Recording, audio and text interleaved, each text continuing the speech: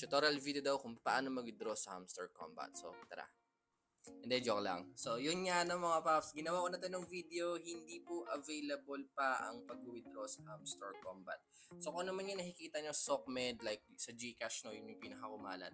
Hindi totoo yun. Scam yun or mga desperado na makahanap ng invites. Sinasabi pa nila, di ba, na nakatulong to sa daily expenses nila kasi everyday meron silang kinikita o nawi-withdraw nga dito kay Hamster Combat. So, hindi po totoo yun. Kung babasahin nyo lahat yun, makikita nyo sa bandang baba nandun yung referral link nila. Pero meron nang nilabas na update dito si BitGet sa Hamster Combat. At ito nga yung post nila. So kung gusto nyo rin itong makita, puntahan nyo lang itong BitGet Philippines dun sa official FB account nila. So ito no, BitGet Pre-Market Trading. To further support the innovation and development of the GameFi, BitGet is launching the Hamster Futures Coin. Sa pre-market trading to.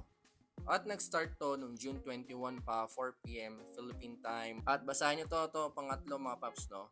Will not be listed for spot trading. So yun paps no, ulitin ko lang, hindi pa available ang pag-withdraw sa Hamster Combat. At sa mga naghahanap pa ng invite, so bato nyo na lang yung invitation link nyo dito sa comment section.